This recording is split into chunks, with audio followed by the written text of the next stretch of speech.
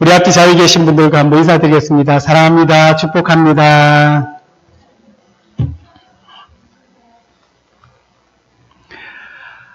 네, 올해 코로나로 인해서 작년에 열렸어야 될 하계올림픽이 사실 올해 이렇게 7월 달에 열렸지 않습니까? 이 하계올림픽을 통하여 특별히 우리나라 선수들이 열심을 다했고 세계 모든 사람들이 열심을 다했지만 우리가 그 중에 기억에 남는 그 몇몇 종목들이 있습니다. 2021년 도쿄올림픽에 하면 특별히 여자 배구가 사실 많이 기억에 남지 않습니까? 그 마음을 똘똘 뭉쳐서 정말 4강에 이제 진출하는 것만 해도 대단한 일들을 해냈고요. 또 펜싱, 어벤져스에서 그 펜싱에서 금메달 딴 우리 선수들도 있고 또 양궁도 있지 않습니까?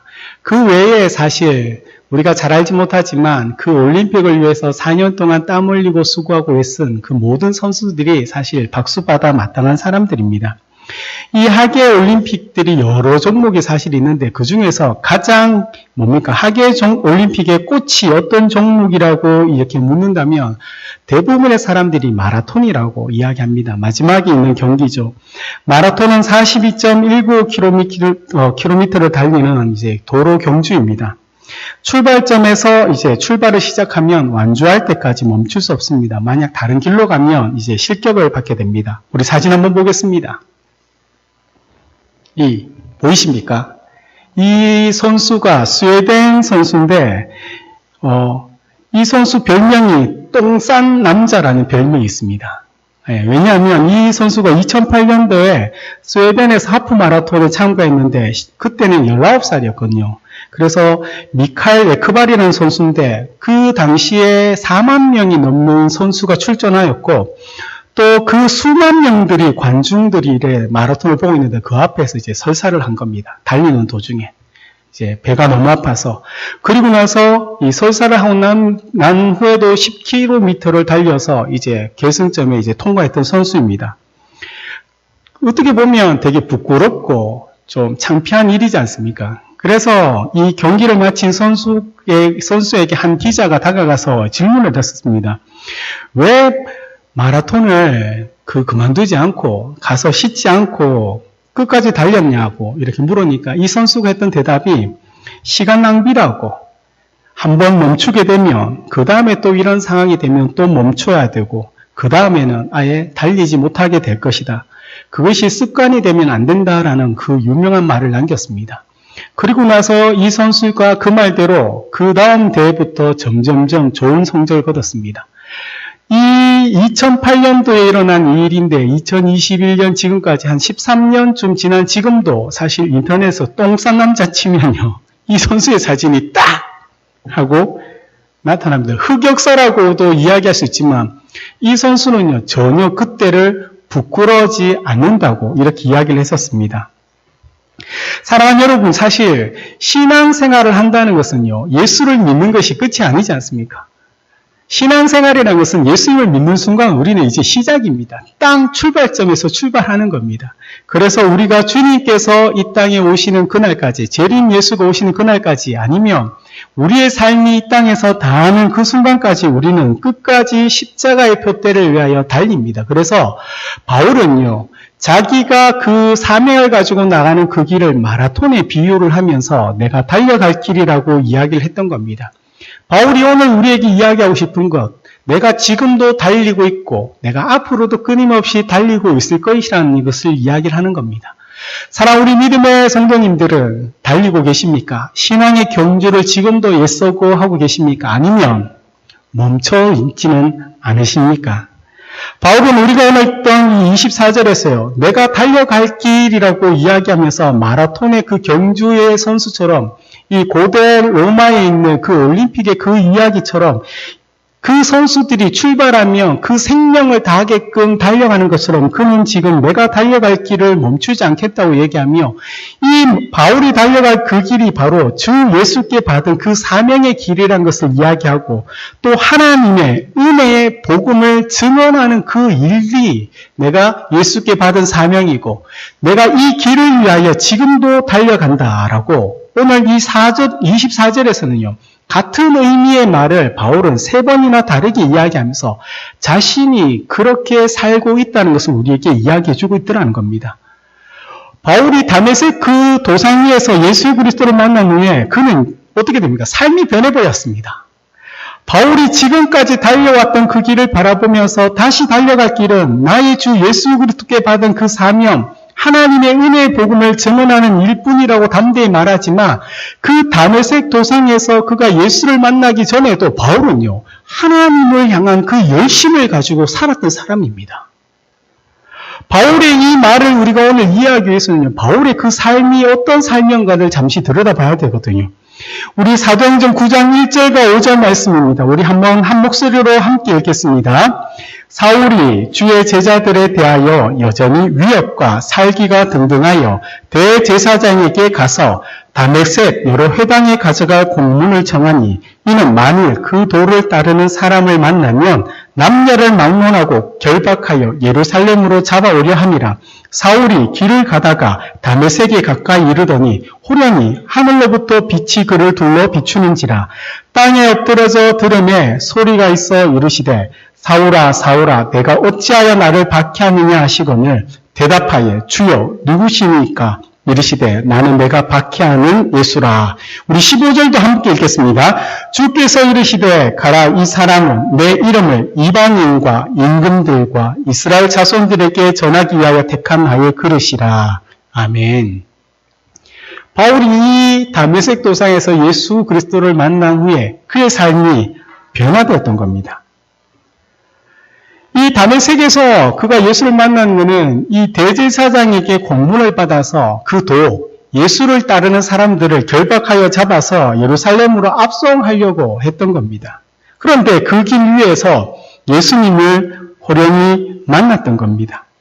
그 순간에 바울은요, 이 대제사장에게 공문을 받을 정도로 세상에서는 대단한 사람이거든요. 그런 대단한 사람이 이 세상에서 소위 엘리트고 이미 성공한 사람이고 더 성공할 수 있는 가능성이 보장되어 있는 이 바울이 이 다메섹 도상에서 호련히 예수님을 만난 후에 그의 삶이 바뀌었다는 겁니다. 그는 이 세상에서 가지고 있는 그 자기를 설명할 때 바리새인 중에 자기는 바리새인이요. 율법에서는 최고의 학파에 자기는 공부를 했고 또한 그 당시에 최고의 율법 학자였던 가마리엘 문화생으로서의 자신의 위치를 이야기하는 겁니다. 그런데 이 가마리엘이라는 이 사람은요, 이스라엘 역사 중에 서서 가장 위대한 랍비, 선생, 단 7명에만 주어지는 그 칭호인 라반이라는 칭호를 받은 최초의 사람입니다. 가마리엘은 단순히 우리가 생각하는 그 랍비 중에 랍비가 아니고요. 당대 최고의 학자입니다. 오늘날 따지면 노벨상을 몇 번이나 받았고 또 받을 수만은 그런 영향력이 엄청난 사람이었습니다. 지금까지 이스라엘 유대의 역사 중에 이 라반이라는 칭호를 받은 사람은 단 7명밖에 없는데 그 중에 이 가마리엘이 최초로 이 라반이라는 그 칭호를 받은 사람입니다. 그래서 이 당시에 이 가마리엘의 제자가 되기 위해서는요, 유대 중에 최고로 뛰어난 사람, 우리로 맞으면 대학교에 가면 경쟁률이 있지 않습니까? 이 가마리엘의 아카데미에 들어가기 위해서는요, 최고의 수재들이 1000대 1의 경쟁률을 뚫고 들어가야 됩니다. 그 학교에. 아카데미라는 그 학교에. 가마리엘에게 배우기 위해서. 바울은 그 최고의 세계에서 모든 사람들이 모였던 그 1000명 중에 한 명으로 이 가마리엘 아카데미에 입학했고요. 문화생이라는 이 칭호를 받기 위해서는요, 그 안에서도 100대 1의 경쟁력을 뚫고 졸업을 할 수 있는 사람들만 주어지는 겁니다. 그래서 입학한 모든 사람들이 졸업할 수 있는 것이 아니고요. 그 매년 1000대 1의 경쟁력을 뚫고 들어왔던 사람들이 쌓인 중에 매년 100명 중에 한 명만 졸업할 수 있을 정도로 엄청난 사람이 바로 이 가마리엘이거든요. 그래서 바울이 자기를 할 때 자기는 가말리엘의 문화생이라는 것을 당당하게 얘기할 수 있었던 이유가 그 당시에 모든 유대인들이 존경하는 우리의 스승 랍비 가말리엘이라고 부를 정도로 그의 제자, 그의 문화생이라는 것은요, 이미 그는 이 유대 사회에서 성공, 세상이 말하는 성공과 그 지위와 위치가 보장되었던 사람이 바로 바울이었던 겁니다. 그래서 바울이 대제사장에게 고문을 받을 수 있었던 겁니다. 자기가 가마리엘 문화생으로 율법 중에 바리새인 중에 바리새인이라고 이야기할 정도로 그 율법에 의하면 저 예수를 따르는 자들은 뭡니까? 배교자들이기 때문에 하나님을 향한 그 열심을 가지고 그들을 잡아서 옥에 가두고 때로는 그 스데반을 죽이는데 증인으로서 서 있을 수 있었던 이유가 그 바울의 위치가 그 정도로 대단했기 때문입니다. 그런데 그런 바울이 지금 예수 그리스도를 만난 후에 그리스도인들 박해하고 핍박하며 잡아서 예루살렘으로 끌어갔는데 이제 상황이 바뀌어서 그 이후의 삶이 어떻게 됩니까? 그 자신이 박해와 핍박의 대상이 되었던 겁니다. 고린도후서 11장 22절과 27절까지 말씀 우리 한번 함께 읽겠습니다. 그들이 히브리인이냐? 나도 그러하며 그들이 이스라엘인이냐? 나도 그러하며 그들이 아브라함의 후손이냐? 나도 그러하며 그들이 그리스도의 일꾼이냐? 정신없는 말을 하거니와 나는 더욱 그러하도다. 내가 수고를 넘치도록 하고 옥에 갇히기도 더 많이 하고 매도 수없이 맞고 여러 번 죽을 뻔하였으니 유대인들에게 40에서 하는 감한매를 5번 맞았으며 3번 태장으로 맞고 1번 돌로 맞고 3번 파선하고 일주야를 깊은 바다에서 지냈으며 여러 번 여행하면서 강의 위험과 강도의 위험과 동족의 위험과 이방인의 위험과 신의 위험과 광야의 위험과 바다의 위험과 거짓 인재 중의 위험을 당하고 또 수고하며 애쓰고 여러 번 자지 못하고 줄이며 목마르고 여러 번 굶고 춥고 헐벗었노라. 아멘. 이 삶이 그 다메섹 도상에서 예수님을 만난 후에 바울이 겪었던 삶의 모습이라는 겁니다. 이 세상에서 최고이고 더 최고가 될 수 있던 이 바울이 그 모든 것들을 버리고 예수님처럼 머리 둘 곳자 없이 고달픈 인생을 살아갔다는 겁니다. 가마리엘 문화생으로서 이 바울은 사람들에게 존경받고 모든 사람에게 사랑받고 인정받던 사람이었는데 이제는요, 바울이 가는 곳마다 오히려 그 바울을 잡아서 죽이려고 하는 사람들이 넘쳐났다는 겁니다. 이런 고달픈 인생길을 걸어오고도 바울은 또 같은 길을 걸어가겠노라고 오늘 고백하는 겁니다. 예루살렘으로 지금 떠나려고 하는 그 가정에 오늘 이 사도행전 우리가 읽었던 본문의 말씀이 있는데 예루살렘으로 떠나려는 그 바울을 막으려는 사람들이 정말 그 사이에서 바울이 뭐라고 얘기하냐면요. 예루살렘으로 가는데 거기서 무슨 일을 당하는지 알지 못한다고 합니다. 막으니까. 선생님, 바울 선생님, 예루살렘으로 가면 안 됩니다. 가면 선생님은 지금껏 당한 것보다 더 혹독한 일들을 당할 수 있습니다. 또 성령이 충만한 자들이 오직 성령이 각성해서 내게 증언하여 결박과 환난이 나를 기다린다고 많은 이들이 예언하며 성령께서 행하실 일들을 바울에게 이야기하는 것을 알면서도 바울은요, 예루살렘 성으로 가려고 하는 겁니다. 이것이 오늘 우리가 읽었던 23, 4절 위에 있던 내용들입니다. 왜 바울은요, 이처럼 고생을 사서 하려고 하는 것일까요? 분명히 바울쯤 되면 고생하지 않아도 되지 않습니까? 그런데 바울은 여전히 스스로 그 고생길을 만들어가면서 이미 결론이 정해져 있는 그 길을 끊임없이 바울은 지금 달려가려고 하는 겁니다. 분명히 예루살렘에 가면 죽을 수도 있다고 했던 그 많은 예언들과 그 성령의 일하심을 사람들이 듣고 바울을 사랑하기 때문에 가지 말라고 붙잡는데 왜 바울은 그럼에도 불구하고 그 길을 끊임없이 가려고 했었는가요? 이 역사를 보면 바울이 결국에는 좀 먼 훗날이지만 로마에서 이제 순교를 당하게 됩니다. 그런 바울이 많은 사람들, 바울을 사랑하여 잡고 가지 말라고 이렇게 붙잡는 사람들에게 바울이 했던 그 고백이 바로 내가 그 길을 가려고 하는 것은 다른 이유가 아니다. 나는 주 예수께 받은 그 사명 때문이라고 합니다. 하나님의 은혜의 복음을 정언하는 그 일을 마치기 전까지는 나는 절대로 멈출 수가 없다고 지금 바울을 이야기하고 있는 겁니다.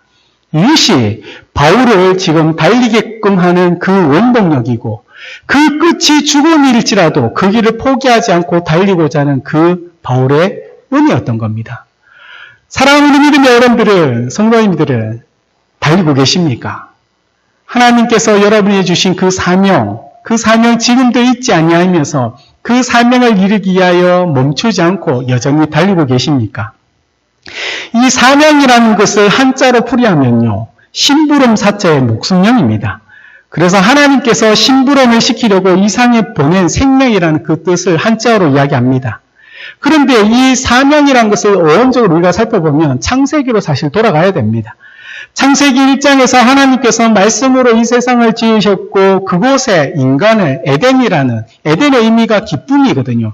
이 기쁨의 동산에 그 인간을 두셨습니다. 그래서 하나님 안에 있는 하나님 안에 있는 사람들은 늘 그 삶에 무엇이 넘치냐면 기쁨이 넘치는 겁니다. 왜요?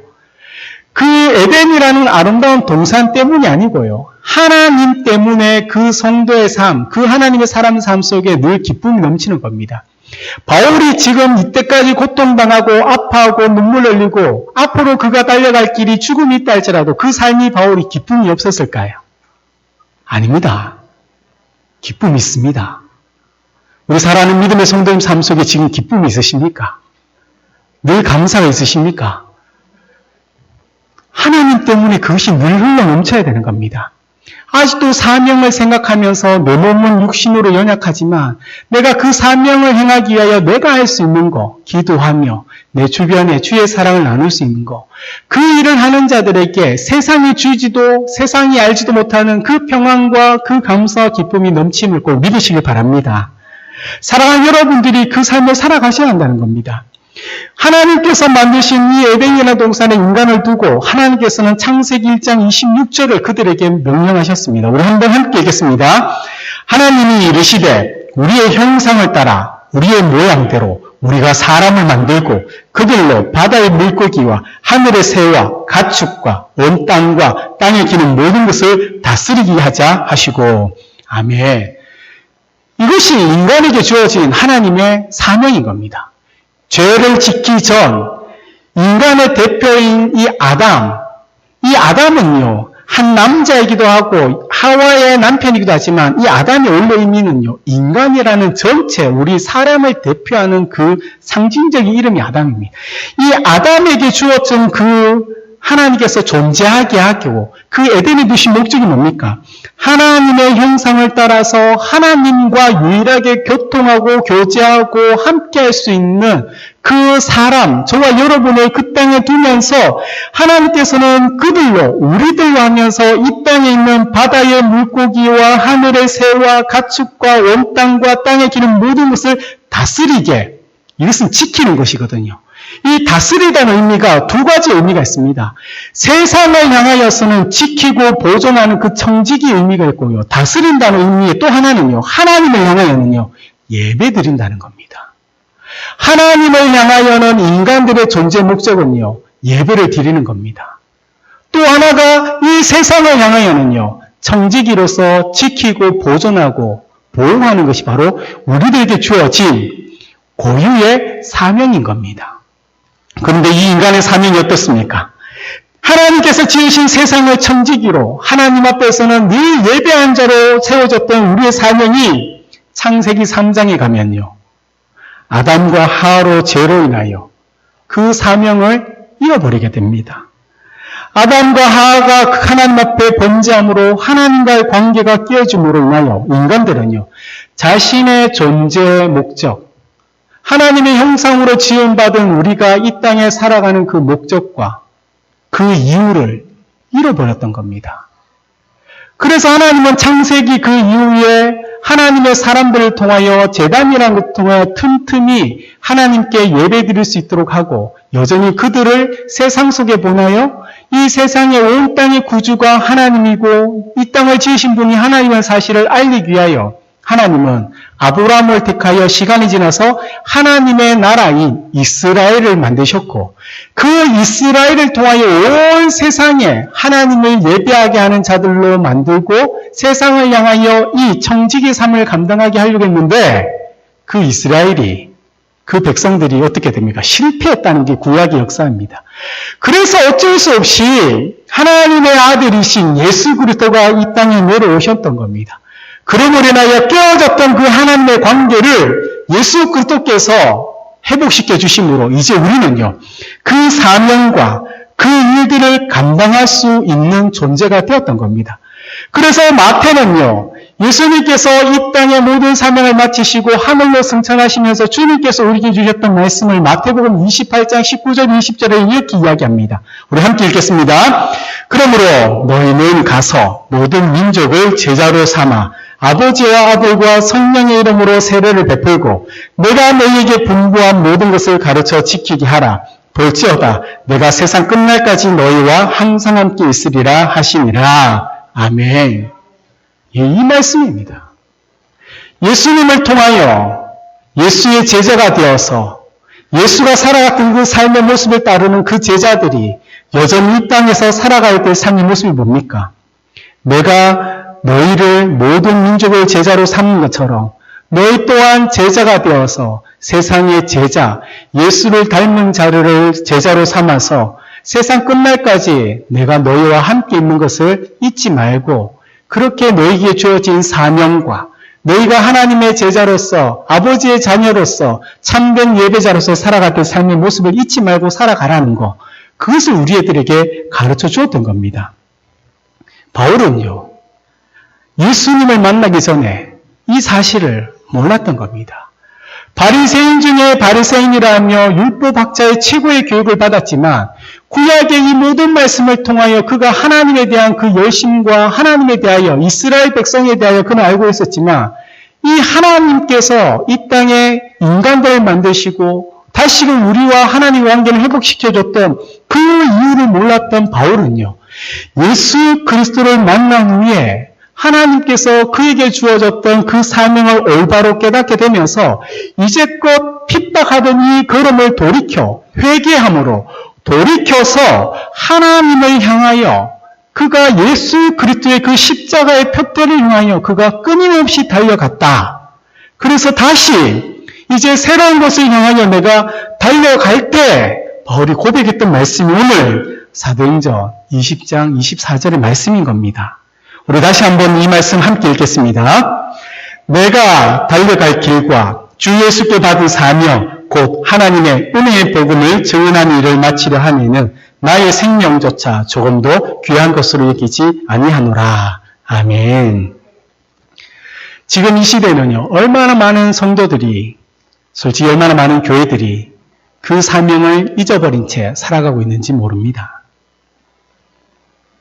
하나님께서 우리에게 주셨던 이 공간, 지금 함께 살아가는 24시간 하는 각자의 그 시간, 그 공간과 그 시간을요, 하나님께 주신 그 사명으로 살아가는 자들이 사실 많이 없습니다. 분명히 그 사명을 이야기합니다.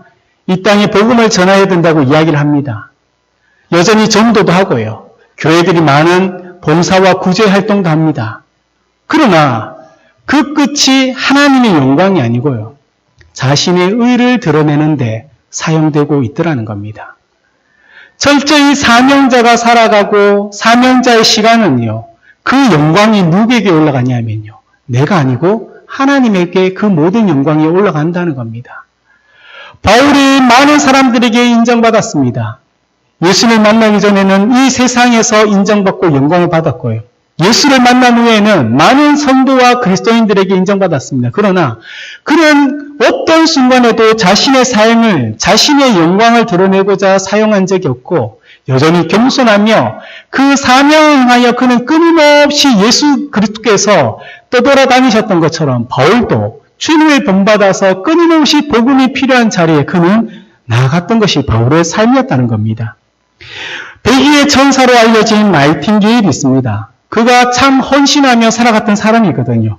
그래서 한 기자가 그에게 물었습니다. 어떻게 그렇게 귀한 삶을 살 수 있습니까? 라고 이 나이팅게일에게 물었습니다. 그러니까 그분이 이렇게 대답했습니다. 그것은 간단합니다. 하나님이 나에게 맡기신 사명을 깨닫고 그 사명을 따라 살았기 때문입니다. 라고 고백했던 겁니다.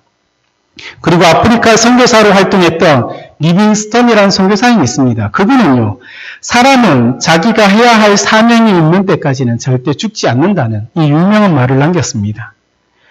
영국 런던 선교회 소속으로 1866년 그 선교를 위하여 영국 상선 제네럴 서머너를 타고 이 조선에 입국한 토마스 선교사가 있습니다. 그는요, 그 배에서 내리자마자 조선의 그 군병에 의하여 창에 찔려서 그 자리에 순교하며 그 순교한 순간에 성경책을 던지고 주 예수를 믿으라는 그 복음에 대한 이야기를 남기고 순교했거든요.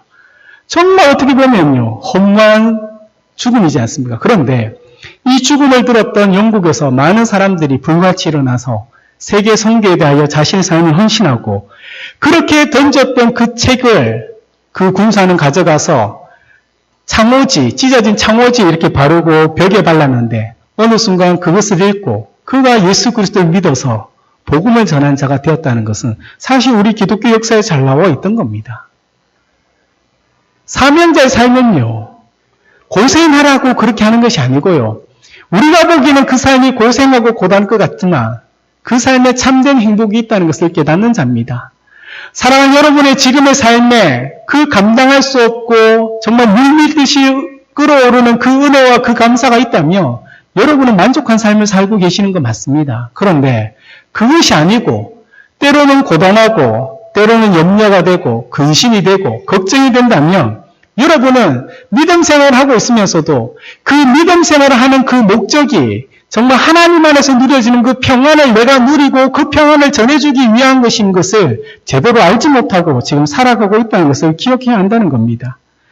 성경에 기록된 수많은 믿음의 사람들이 있습니다. 또한 기독교 역사 중에서 우리에게 들려지는 수많은 믿음의 성도들의 이름이 있습니다. 그런데 기억하셔야 될 것은 얼마나 많은 이 땅에 성도들이 있었고 얼마나 지금까지 많은 그리스도인들이 있었는지 모르지만 그 중에서 우리에게 그 이름들이 들려지는 사람은요, 사실 극소수라는 겁니다. 하나님은 머릿수로 일하지 않습니다. 하나님은 큰 교회라서 많은 돈으로 절대 일하지 않습니다.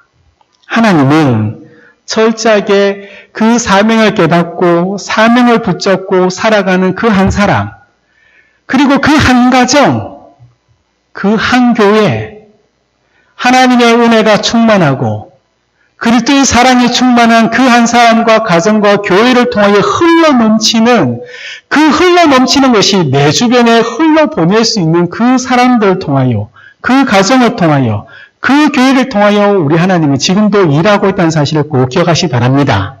사랑하는 여러분들이, 여러분의 가정이, 우리 교회가 그러한 곳 되기를 예수님의 이름으로 축복드립니다. 많은 성도들이 지금은 자신의 정체성을 잃어버린 채 이 땅에 살아가고 있습니다. 그렇기 때문에 이 거룩이라는 것을 내가 놓쳐버리기 때문에 내 삶을 정말 거룩한 장소, 내가 거룩한 삶을 살아가는 그 시간으로 살아가지 못하기 때문에 우리는요, 이 주일이라는 이 시간들, 내가 성경 공부하는 그 시간들, 예배를 드리는 그 시간들만 기억하여 하나 앞에 나와서 그 거룩을 회복하는 자들이 되기 때문에 정작 세상에서는 영향력 없이 살아가는 경건의 모양은 있지만 정말 경건의 능력으로 살아가야 될 자들이 능력 없는 그 모양만 가지고 살아가는 분들이 많이 있더라는 겁니다. 정말 사명을 잃어버린 자들, 사명을 잊어버린 자들을 위하여 지금 이 땅에 교회가 얼마나 세상에 선한 영향력을 보여주지 못하는 거 이미 잘 알고 계시지 않습니까? 사랑하는 여러분들이 정말 성도가 되었다는 거, 저도 목사이지만 제가 늘 하나님 앞에 개인적으로 기도하면요, 제가 목사인 것을 이야기하지 않습니다. 저는 성도를 이야기합니다. 하나님 앞에 우리 모두가 섰을 때 그래 신목사 왔냐고 하나님 절대 그렇게 이야기하지 않습니다. 성도, 내 사랑하는 아들이 왔냐고 얘기합니다. 그때 내가 하나님 앞에 섰을 때 성도, 거룩한 백성이라고 내가 부름받는데 내 삶과 내 공간과 내 시간에 정말 하나님의 사명으로 내가 살아가지 않는다며 나중에 하나님 앞에 섰을 때 얼마나 우리가 부끄럽겠냐는 겁니다. 사랑하는 여러분들이 이 땅에서 그 호흡이 끝나는 순간까지 그 달리는 길을 멈추지 않기를 주의 이름으로 축복드립니다. 마라톤은요, 한번 출발하면 그 선수들이 똥을 싸든 오줌을 누든 배가 아파서 쓰러지든 다리를 쩔뚝거리든 그들은요, 어떻게든 그 결승전까지 그들은 달려가더라는 겁니다. 우리 또한 저와 여러분의 삶의 시간이 이 시간은 똑같고 앞으로 똑같다면 하나님께서 여러분과 저에게 주어진 그 시간과 그 장소에서 우리가 사명을 잃어버리지 않고 사명을 잊어버리지 않고 살아가는 그 복된 주의 자녀가 되기를 소망합니다. 다음 주가 되면 우리 추수감사절입니다. 한 해 하나님께서 베풀어 주신 그것을 감사드리는 동시에 우리가 이웃을 초청하고자 이렇게 지금까지 기도하고 준비하고 있지 않습니까? 많은 사람을 데려오라고 이야기하는 것은 아닙니다. 하나님의 때가 되면 사람들이 옵니다. 요즘에 교회 주중에 제가 교회에 있으면요, 낯선 분들이 한 분씩 이렇게 찾아옵니다. 그래서 누구시냐고. 교회 화장실 이용하시는 분도 있고요. 이 본당에 올라와서 교회를 둘러보는 분도 있습니다. 혹시 누구시냐고 이렇게 여쭤보면 그분들이 뭐라고 대답한 줄 아십니까? 자기가 예전에 이 교회를 다녔다고 합니다. 방콕에서 여기까지 걸어서 신앙생활을 하고 이제는 다 시골에 도시로 시집가고 떠나서 그렇게 이제 됐다가 고향에 돌아와서 그 남산교회가 있는 것을 보고 교회를 이렇게 둘러보더라는 겁니다. 그러면서 제게 하는 말이 교회 참 예뻐졌다고, 예전에 정말 더러웠다고 얘기를 하시더라고요. 그렇게 얘기하시면서 예전에 우리 교회가 정말로 사람들로 북적북적거렸고 정말 함께 모여서 기도하고 찬양했던 그것을 이야기해 주시면서 제게 목사님 수고하시라고 그렇게 이야기하고 가면 꼭 제가 그럽니다. 기도해 달라고. 그때 그 영광이 지금도 우리 가운데 일어날 수 있도록 기도해 달라고. 그렇게 뜻하지 않게 정말 저도 전혀 모르는 분들이 한 분씩 일주일에 꼭 한 명씩은 교회를 찾아오고 있는 것 같습니다.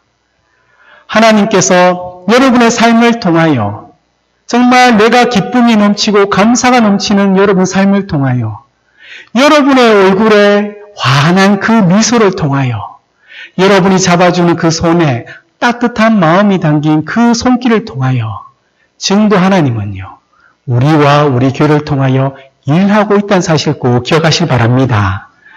우리는요, 이것을 잊지 않아야 된다는 겁니다.